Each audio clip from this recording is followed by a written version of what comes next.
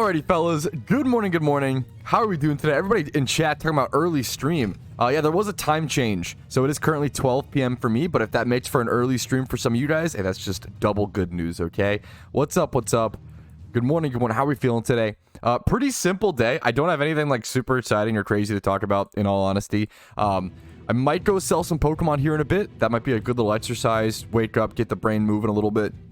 And then other than that, man, I thought about it for a while. I debated back and forth whether I should try to attempt the gym rerun today, the advanced gym rerun, whether I should like just casually go through the motions. I've kind of decided on / leaned on just what's it called? I've kind of decided on just shiny hunting today, but that might change if I kind of get like a wave of energy, or if I feel like it. I really want to kind of run through it slowly, casually, see the route. We could do the route today, but it's unlikely. I'll be honest with you up front. So let's just see what happens. I'm just shiny hunting today. We're at 44,145 encounters, so I am trying to break the dry streak. Today, it's supposed to be wet year. It's supposed to be 2024, year of the wet shinies. Hasn't really, it's sort of played out like that at the very beginning for the first two shinies, and then it's been bone dry ever since. Hopefully we can break that. What's the best alpha Dragonite I can breed? 5x31 or 6x31 with nature? You can always do 6x31 with nature, but is it worth it on Dragonite becomes the question. Like for Dragonite, you can go mixed on Dragonite and go like Rash or Naive, like something like that, and go the special attack IV as well. But like most of the time you're just gonna go full physical with like Jolly. Like, you don't need special attack IV on most Dragonites.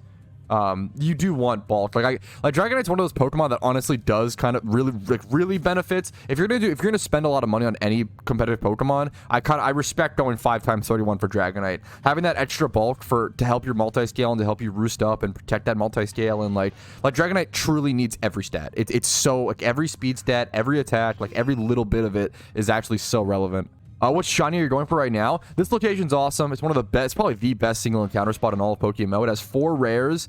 My priority list in order goes number 1, Sudowoodo, number 2, Mr. Mime, number 3, Breloom, number 4, Scyther, and number 5, Kricketune. The first 4 are all like considered quote-unquote rares, which is cool. Even though technically, Mr. Mime is technically like an uncommon encounter, but it's still, I don't know, I would still consider it like a rare personally, but it's technically it does have 1 uncommon encounter. Quit lying, Fat. We know you'd love Ponyta. I would be ecstatic with any shiny here except for Ponyta. Staravia would be like the next worst one, but I don't have one, so I'm still fine with it. One of the only single encounter shinies I have was a single encounter Rapidash, which is like one of the most common, shinies in the game to hoard. To get that via single encounter sucks. If I were to get that again, that would extra suck. So I'm really hoping to not see a Ponyta. Do you consider Poniard as a rare shiny? This is a great question. Shiny classifications are strange in Pokemon because like no one calls something an uncommon shiny, which we probably should, Poniard is what would be an uncommon shiny. Like Poniard is just like, it's a single encounter hunt, right? The most optimal way to shiny hunt Poniard is to single encounter. It's a common rarity, but you still have to single encounter for it, which is pretty tough. You would get a couple fails on average on the way to it. It's like a tough hunt. Like a single encounter hunt with multiple fails is a tough hunt. You aren't on lore though. Yo, thanks for the reminder. I appreciate it. So yeah, Poniard, it's not a rare. Usually rare entails that it's rare in the wild, like or lore rarity. And usually a rare, quote-unquote, rare shiny is one that if you just wanted to get that shiny, the optimal way of doing it would be to 8-hunt it. That's kind of like usually what it comes down to. So like, for example, if you wanted a shiny Charmander, the best way to go for it generally is just to like 8-hunt it.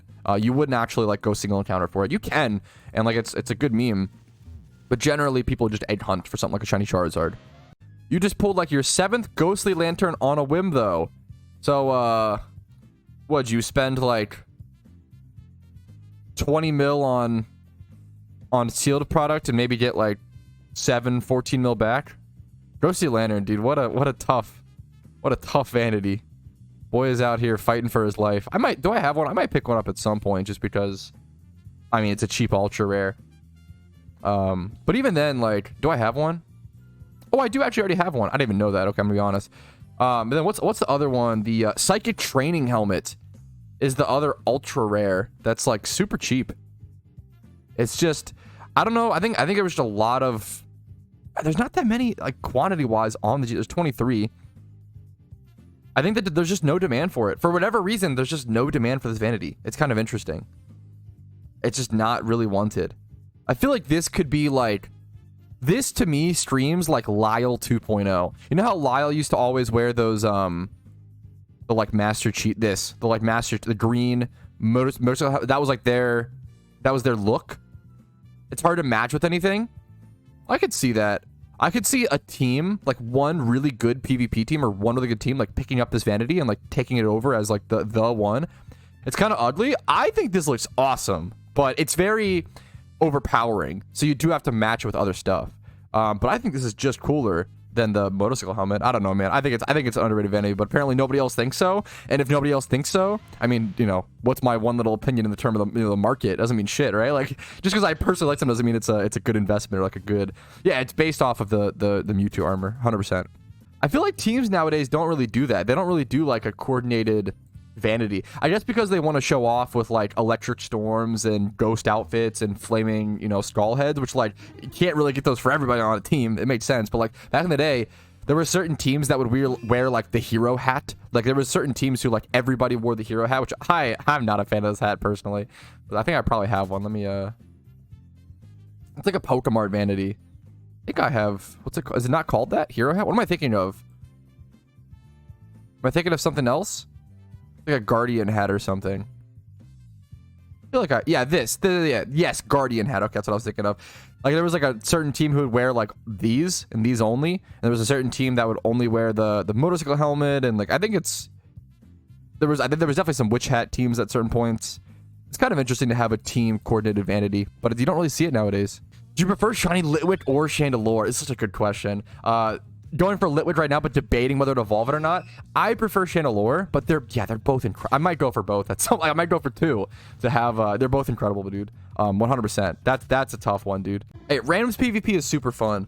You played your first ranked PvP game in Pokemon yesterday ever. Played randoms and you won. Nice job, Solomon. Always happy to hear it. Randoms is super fun. It's a great way to get into PvP. You are gonna have frustrating games in randoms, and that definitely just happens sometimes with like bad teams or whatever.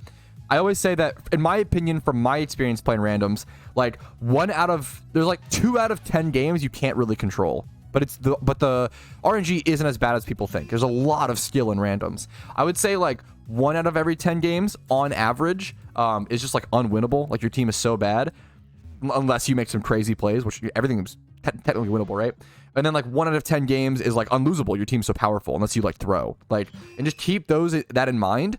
And like be okay with that. If you go into a randoms game and you realize like, oh shit, my team is really bad, playing around that is a skill. So let's say a good example of this is like, let's say your team is like Gorobis, Love-Disc, dude, I don't know, like a bunch of shit Pokemon, right? Sunflora actually can go hard in randoms, to be fair. A bunch of bad Pokemon, but then you have like 5 dog shit Pokemon, and then you have like a Linoon in the back with Belly Drum, right? That game is winnable as fuck, right? Because Linoon is one of those Pokemon that can just, if you position it correctly and play it correctly, you can just hard sweep and hard win from behind. Sunflora can go hard as hell actually in randoms. So what happens is if you have, thank you for the raid, Hokie. I appreciate that, dude. If you have a Linoon on your randoms team and all the Pokemon are bad, you should try to bring in that Linoon as late as possible. Not necessarily last Pokemon. You don't want to like wait until at the very end and never have like a play around or a switch or whatever. But what you want to do is you want to like take care of look out for priority fighting types, look out for any Pokemon like Lucario, look out for Mach Punches, take care of stuff that can, or any ghost types, like take care of the Pokemon that counter. I'm getting all these donations on Twitter. Thank you guys so much. What the hell? Take care of the Pokemon that answer that Pokemon, and then you can save it and bring it at the end and like really do like a counter sweep. There are ways to like win with a bad team at randoms, absolutely. And it's okay to like play more aggressively or make greedier predictions in a randoms game where you're like if you're already behind, right? Or if your team is really truly poor. But analyzing whether your team is truly poor versus a lot of Pokemon in randoms seem weak on the surface level, but then their level is so high to compensate, they're actually really strong. A good example is that is like Sunflora. Sunflora can actually be so powerful in randoms because its level is so high. Let's see some like randoms stats, for example. Like Roselia, look at this. Roselia has a really high win rate. You wouldn't think of it as like a powerful Pokemon, but, you know, level 82. What's like one of the highest level mons we see? Flareon, level 83. Tangela is huge. It looks like Dunsparce, good win rate, level 83. We see a lot of these guys Level 85 for Exploud kind of goes hard. Can be hard to answer. Can do a lot of damage if you just spam like Hyper Voice or like a spammable move. 82 on Stantler. Cool to see, dude. Randoms is fun, dude. Definitely try it out. Okay, I'm not usually a huge fan of particle effect on shiny Pokemon. That's just a personal preference. A lot of people like to collect them. This looks kind of clean. I actually kind of like this. The Rising Star, because it looks like an extra little shiny symbol. That actually looks really good in my opinion. The Rising Star specifically, that's a cool particle effect on it. I actually like that. That, like the double star on top right, star on bottom left. Actually a pretty clean little addition. How do you get the damage percent to show in your chat box? Yes, it's an in-game setting. I can show you. I have a video on it. If you look up like top 3 settings to change in Pokemon, I do go over it. But if we go over to, let's see if I can find it really quick. Interface, I'm gonna guess. Yep, so settings in game, interface, show battle damage percents, put it to always. It's by default only on PvP. But if you're playing a Nuzlocke, or even if you're just like me and you just like the extra numbers, you like seeing the extra statistics to see your damage rolls. I love that stuff. I think it's super important for just extra knowledge. Yeah, you put that setting on really easily. Hey Pat, how do I solve my Pokeyen spending addiction? I'm like, oh, let me see. I'm like, oh my god, what a deal. I'll sell it later, but I never sell it. This is something that I've had a friend who had a similar situation, and unironically, my best advice, quit the game. No. My best advice to this is instead of spending your money on like little Pokemon and little things here and there, spend it on investments, and then send those investments to an alt account. So every time you have the urge to spend money, go buy like lucky red envelopes or anniversary chests, or buy some sort of sealed product, and then send that sealed product to an alt account so you can't access it, right? That's my best advice. Yeah, don't open the sealed product. That ruins the whole point. It's kind of like if you have a spending problem IRL, just fucking put money into like, instead of spending on other stuff, just, it sounds dumb, but like put it into like investments, like actual stocks, and then just like delete the app or some shit every time you do that. I don't know, something like that. Like just forget about it. That's like the best way that in my opinion, that I found to like deal with something like that, and put that physical barrier. And then when you have that physical barrier, eventually the patterns, the mental stuff will come eventually. So if you lose a fight against a Shalpha, a shiny alpha, will it respawn as a Shalpha after the 2-minute cooldown? From everything we understand about alphas and everything the devs have told us, yes. That's how it should work. So if you encounter a Shalpha, it should stay there until, it should stay. You could like statically re-encounter it even if you fuck up the fight until you catch it. That's how it should work. But I don't think anyone's ever tested it. So if you want to be the first person to test it, more power to you. But that's definitely a scary risk. I get why people master ball shiny alphas. Like technically, like Nerd emoji, you could just, it's not really ideal, but like I get it, dude. I'm not gonna sit here and be like, oh yeah, don't, I get why people don't want to risk. It's a shiny alpha, man. The odds of that are so insane. I get why people master ball those. All right, Clarko got himself a shiny Magnemite while watching the stream, dude. Bold is good. Dude, this is not bad at all. Bold Nature, this is not bad at all. But defense 20 plus, and most of the stats, like you just need special attack and defense. But even then, like their stats aren't that low. This is solid, dude. This is a great, that's awesome, dude. Magnemite's an underrated shiny as well, dude. Congratulations, Clarko. What happens if you try to breed a shiny? If you breed a shiny with another shiny, the baby comes out 100% shiny. However, keep in mind, keeping OT when breeding a shiny is really important and really dangerous. So I really recommend checking out my, I have a shiny breeding guide on my channel. Check that out to keep OT and don't make any mistake. You could lose a whole shiny hunt if you mess that up. So be careful with that. But if you breed 2 shinies together, it will come out shiny, guaranteed. And the game will physically not let you breed a shiny with a non-shiny Pokemon. Okay, I'm currently running a poll about whether people want to see a PokeMMO fashion contest or a shiny rating first. If you aren't familiar, historically I've done shiny ratings where you link me your shinies, you whisper, I scheduled ahead of time, like a week or 2 ahead of time, and everybody links me their shinies, and I rate them on a scale of 0 to 10 on how impressive they are. Very, very few Pokemon get a 10. I think like over like an hour or 2 of shiny rating, only like 1 to 3 Pokemon usually get a 10, usually 1 or 2. And then for fashion contests, I'm very harsh on the shiny ratings. I think the average score for a shiny rating is like a 3 out of 10. Like that's like the average. Fashion contests, I'm much more positive. It's there to like hype people up and shout people out. Fashion contest, the average score is probably like 7 or 8 out of 10. But I didn't think people liked fashion contests this much, but fashion contest is in the lead in the poll. 56% versus 44%. It's kind of close, but Vote whichever you want to see first. I'm going to try to do both of this month. I think what I'm going to do is I'm going to go ahead and schedule them. I'm going to go ahead and schedule whichever one wins. So probably the fashion contest. I'm going to still be fashion contests for March 21st. Okay. March 21st. That's Thursday at 12 p.m. is going to be the fashion contest. And then the next week, so March 28th, Thursday at 12 p.m., that's going to be the shiny rating. It'll be good ways to end the weeks of streams. Okay, for reference, the last fashion contest was in September 7th. That's how long it's been. Which, I mean, makes sense because I wanted to wait until all of event season. I wanted to wait until post-event season to finally do more fashion contests and shiny ratings. So it's been quite a while, fellas. It'll be fun to bring them back. Post events, there's so many more shinies have been brought into the game. We have things like alpha, like Shalphas. We have things like a lot more legendary shinies. We have way more vanities. You know, 3 or 4 events worth of vanities. There's a lot of things we can show off for the first time at these at this new fashion contest and shiny ratings. I've had this question from a couple people. Xhev, Pat, is it possible to make a video about the account box? Maybe I'm missing something. I mentioned the account box in like the update post when it came out, and maybe I'm just misunderstanding. I don't think it's like, it's a cool thing, but like, what do I, in a video about it, how long is that video? 30 seconds? What do I say about it? Not to like, I just don't know what there is to, it's cool. Like what, it's a box that you can put Pokemon in, and it's basically just, it's just a PC box that is shared by all of the characters created on that account. That's it.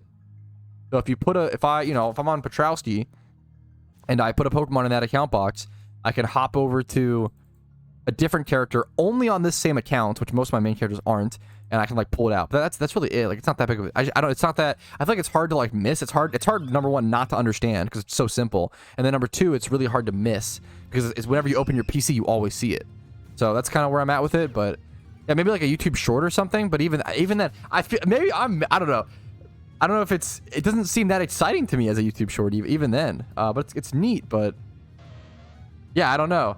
Hey, there's this new mechanic. It's a PC box for shared characters on this account. All right, thanks for watching. Yeah, make sure to like the outro would be longer than the video. like the video, subscribe, follow on Twitch, yada yada yada. Like, I don't know. Yeah, it's kind of funny. Oh shit, someone got a Premier Ball Shalpha. I don't know if I've seen that yet. I'm gonna be honest. I don't know if I've seen one. Wow, this is like I think this is the first one I've seen. I've not seen a Premier Ball Shalpha yet. There it is, fellas. Premier Ball Shalpha. That's pretty cool. That is, it's cool to see that text, I'm not gonna lie. That's pretty interesting. Special attack, really good. Wait, these stats are actually insane. Unfortunately, bashful nature, but these stats are wicked good. There's a Premier Ball Starby. I didn't see it, so fair enough. That's super cool. I wonder if you can change it to like, you can't really search for a Premier Ball caught shiny, right? I doubt it, right? That's super cool though, man. Premier Ball Shalpha up on the GTL. Oh, here's another Premier Ball shiny. Okay, there's like only 19 Shalphas on the GTL. It's pretty easy to check them all. So 2 Premier Ball Shalphas I've seen. Here's a Jinx. That's kind of neat. That fortress has been up there forever.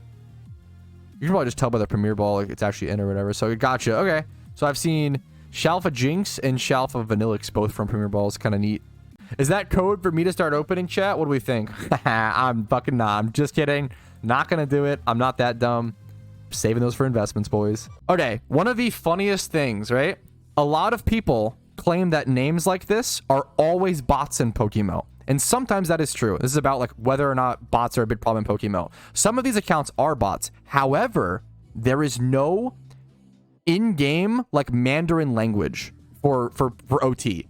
So a lot of foreign language, or at least foreign to American, right? Like a lot of Japanese names, a lot of Mandarin names, a lot of these names get translated into English to gibberish. So people will look at names like this, or like what's the other one? Like this, and think it's like, oh, it's a bot. Not necessarily. Not necessarily.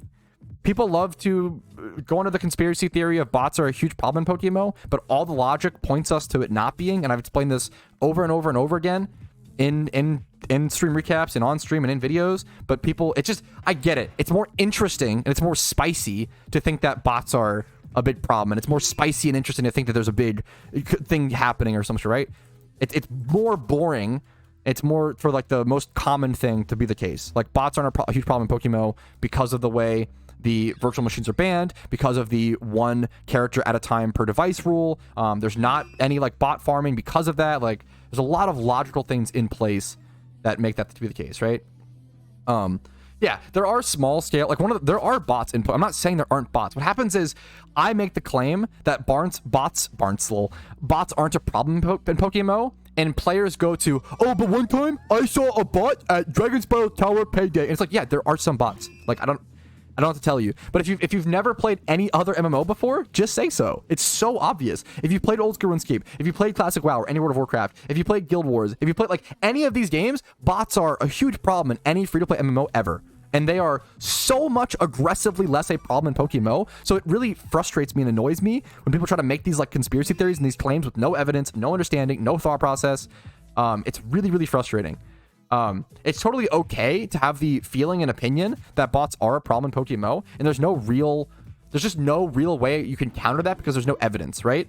Just because because devs don't release data. If devs release data, like here's like the bots we banned or here's whatever, like it'd be really nice at some point, but it is frustrating to argue against this topic every stream where people are just like claiming that bots are a huge issue in PokeMMO, and I have to like go through the logical steps of like how the process of virtual machines, how that's bannable, the one device per account rule, why there's no bot farms, yada yada yada. And it's the same arguments over and over and over again. People like to complain. It's way easier to think that you're a victim and that like it's not your fault and there's like other problems at hand versus the more boring solution of like someone just out-sniped me on the GTL, or I just haven't gotten I'm a little dry, I'm a 40k dry. It's easier to be like, oh no, it's just bots, like, oh no, like whatever, like, invalidate everything, versus like actually accepting the fact of like, oh, I'm just like dry for a shiny or yada yada, or oh, I'm just poor in PokeMMO, whatever. Like it's just way easier to push that responsibility off on something else. All right, here is everybody's been calling shiny at 44,444 encounters.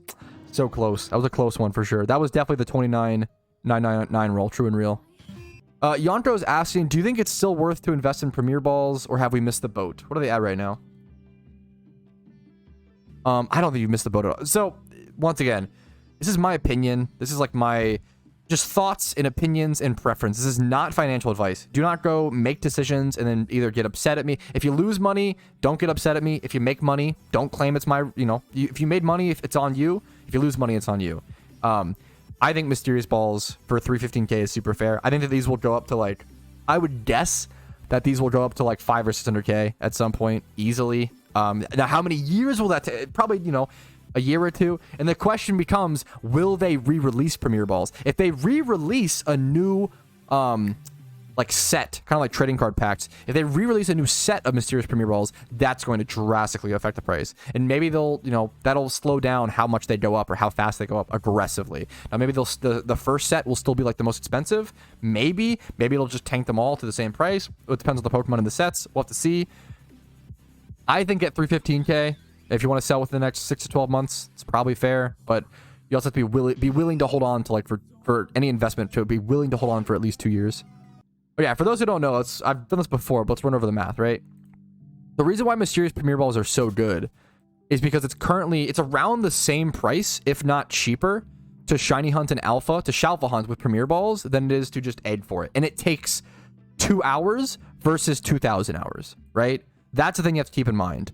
And that can also be whaled and not just bought, you can skip the 2,000 hours versus you can't skip the 2,000 hours of breeding. You have to do those 2,000 hours. So with Premier Balls, if you buy, 4,000, so let's do 4,000 times 0.10, so minus 400.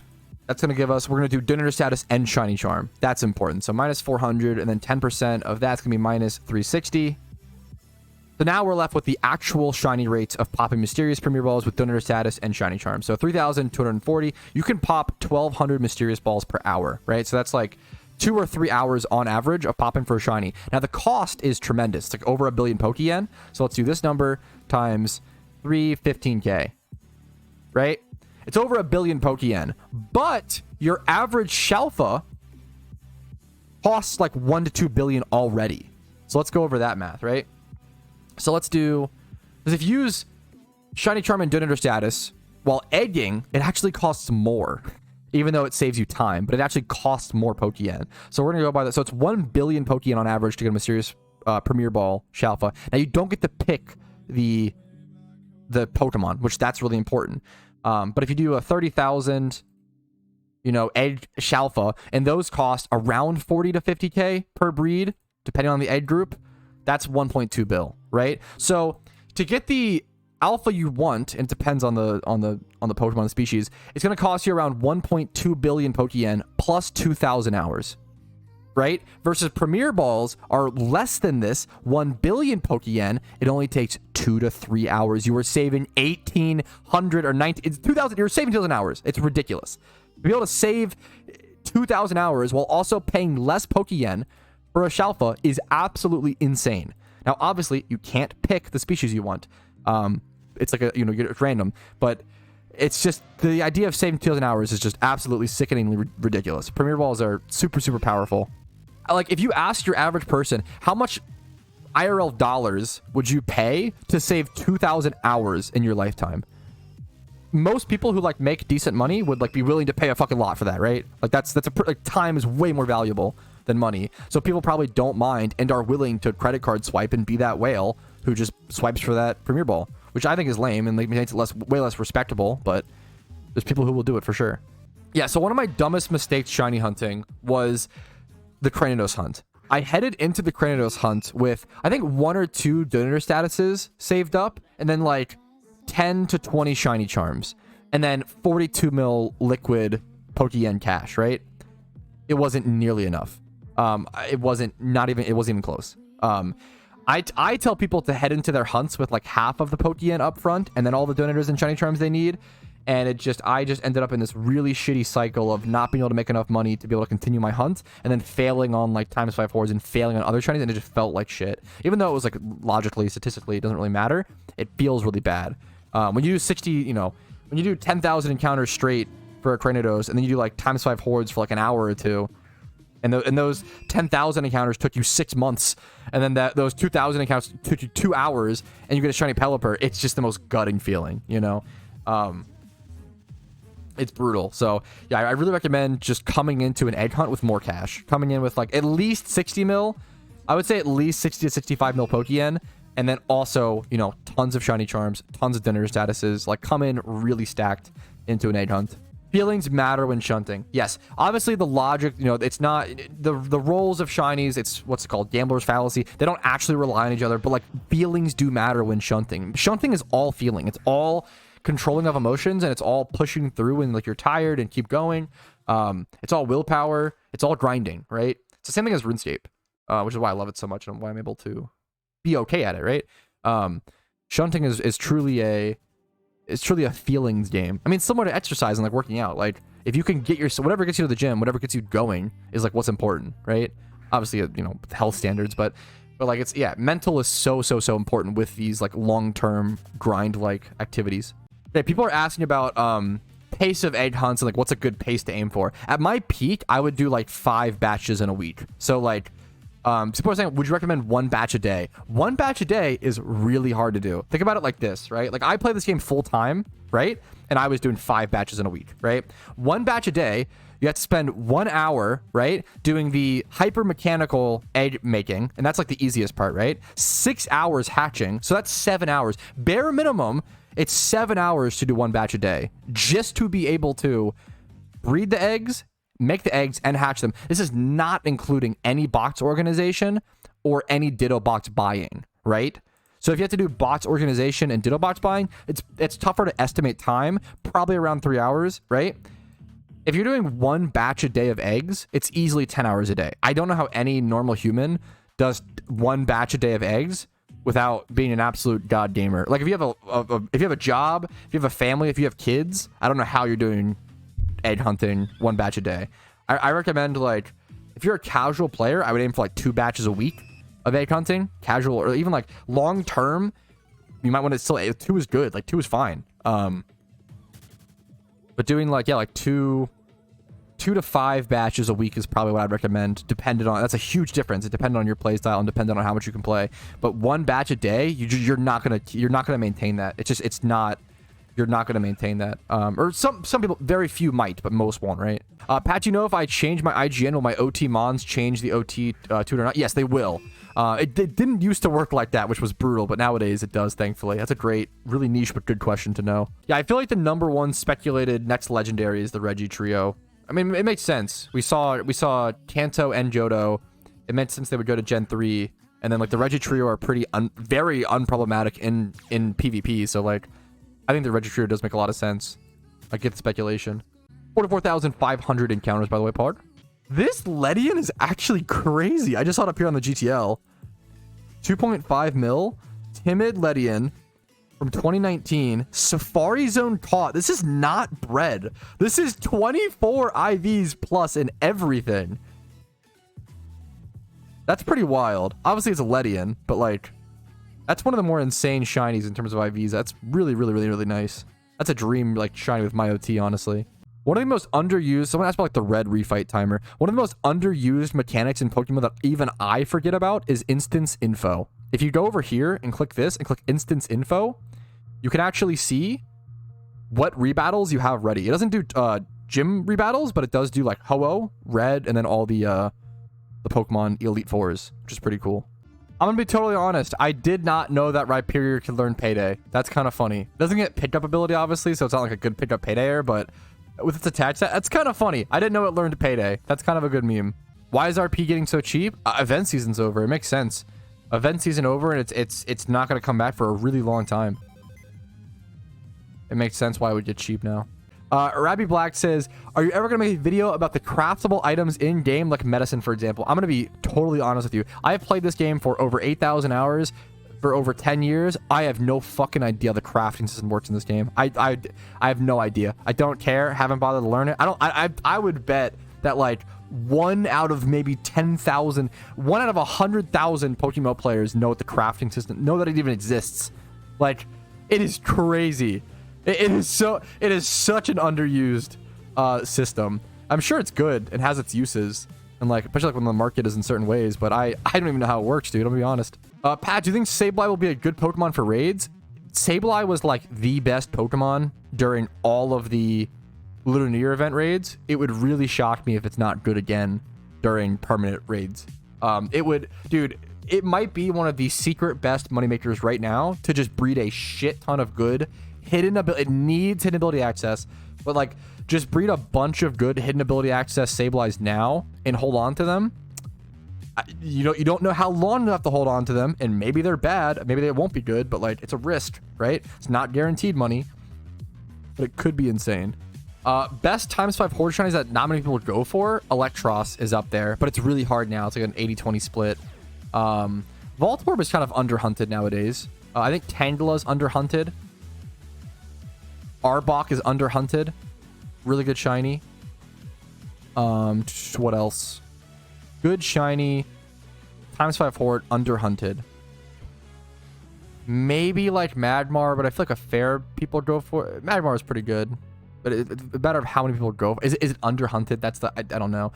Coffin was underhunted for a while, but I feel like we kind of hyped up the love for it. Underhunted. Lantern's kind of underhunted. ×5. Delibird gets fairly hunted. Underhunted, really good times. Probably, but I would say Lairon, but Lairon's been getting more love recently, I feel like. I think Nosepass actually has a ×5 horde, though, doesn't he? Yeah, Nosepass is a really underhunted shiny. That's actually a really good example of one. Yeah, Nosepass is a super underhunted one. The urge to do ×5 hordes after 40,000 encounters is unreal. Yes, it really, you're really speaking to something there, dude. 100%. All right, I will say, fellas, I've been live for 4.5 hours today. It's been a fantastic stream. Some good shunts. We'll get to 44,900 encounters really quick, but I am going to go ahead and call it. Thank you guys so much for watching another stream, yet another Patrouski stream. I really, really do appreciate it. I'm just happy and lucky. Every day I can load up this game, start stream, and just talk to some awesome people. Shiny hunt, have fun, meme around. You guys make my day, okay? Thank you. Like the video if you enjoyed it. Dislike if not. Subscribe to the channel for daily PokeMMO videos. Follow the Twitch for subs, or follow Twitch for streams Monday through Thursday at 12 p.m. ET. Discord's links down below for updates on my content and also some helpful information. And if you want to go above and beyond and support the channel, YouTube memberships, Twitch Primes, Twitch subs, and PayPal/Venmo do help out a ton. Yeah, thanks for watching, guys. You're awesome. Have a great day. I'll see you later, and good luck in PokeMMO. Yo, what's up? I just want to quickly say thank you so much for watching the entire video. That's very, very cool of you. And it's even cooler for all of these people to go above and beyond and support my content. I couldn't do it without you. Thank you so much again.